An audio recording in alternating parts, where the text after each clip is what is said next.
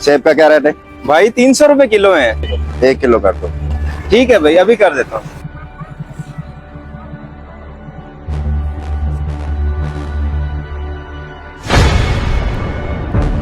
ये लें भाई आपके 1 किलो सेब। भाई आपने ज्यादा दिए, मैं 1 किलो के पैसे दूंगा। हाँ भाई, मैं जानता हूँ ये ज्यादा थे। आप बेफिक्र हो जाएं, आपने पैसे सिर्फ 1 किलो के देने हैं। मैं अपने हर ग्राहक को थोड़ा बहुत वजन ज्यादा देता हूँ। ठीक है भाई, फिर ये तो अच्छी बात है आपकी। ले ले। बहुत शुक्रिया भाई।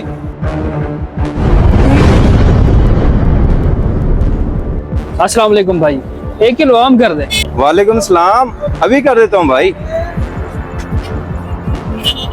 भाई अपने माले से ले लेते, सही मिल रहे भाई, पर कैसे खराब डाल देगा।